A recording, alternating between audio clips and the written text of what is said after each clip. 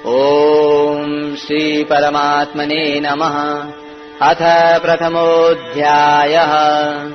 अवतरणिका।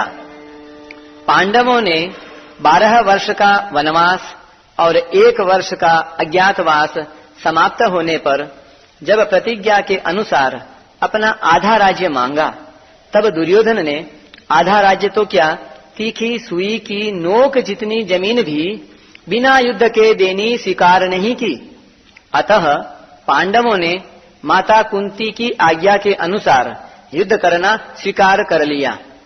इस प्रकार पांडवों और कौरवों का युद्ध होना निश्चित हो गया और तदनुसार दोनों ओर से युद्ध की तैयारी होने लगी। महर्षि वेदव्यास जी का धृतराष्ट्र पर बहुत स्नेह था। उस स्नेह के कारण उन्होंने धृतराष्ट्र के पास आकर कहा कि युद्ध होना और उसमें क्षत्रियों का महान संहार होना अवश्यंभावी है, इसे कोई टाल नहीं सकता। यदि तुम युद्ध देखना चाहते हो तो मैं तुम्हें दिव्य दृष्टि दे सकता हूं, जिससे तुम यहीं बैठे बैठे युद्ध को अच्छी तरह से देख सकते हो। इस पर धृतराष्ट्र ने कहा कि मैं जन्म भर अंधा रहा, अब अपने कुल के संहार को मैं देखना नहीं चाहता, परंतु युद्ध कैसे हो रहा है यह समाचार जरूर सुनना चाहता हूं। तब व्यास जी ने कहा कि मैं संजय को दिव्य दृष्टि देता हूं, जिससे यह संपूर्ण युद्ध को, संपूर्ण घटनाओं को, सैनिकों के मन में आई हुई बातों को भी जान लेगा, सुन लेगा, देख लेगा और सब बातें तुम्हें सुना भी देगा। ऐसा कहकर व्यास जी ने संजय को दिव्य दृष्टि प्रदान की। निश्चित समय के अनुसार कुरुक्षेत्र में युद्ध आरंभ हुआ। 10 दिन तक संजय युद्ध स्थल में ही रहे।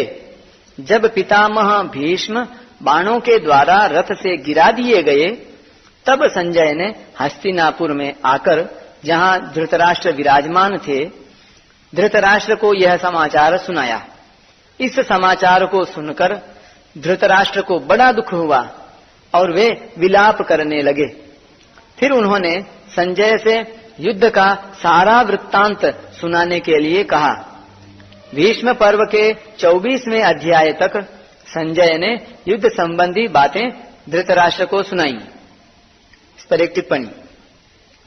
महाभारत में कुल 18 पर्व हैं। उन पर्वों के अंतर्गत कई अवांतर पर्व भी हैं। उनमें से भीष्म पर्व के अंतर्गत यह श्रीमद् भगवद गीता पर्व है, जो भीष्म पर्व के 13वें अध्याय से आरंभ होकर 42वें अध्याय में समाप्त होता है। 25वें अध्याय के आरंभ में धृतराष्ट्र संजय से पूछते हैं। वैशंपायन और जनमेजय के संवाद के अंतर्गत धृतराष्ट्र संजय संवाद है और धृतराष्ट्र तथा संजय के संवाद के अंतर्गत श्री कृष्णार्जुन संवाद है।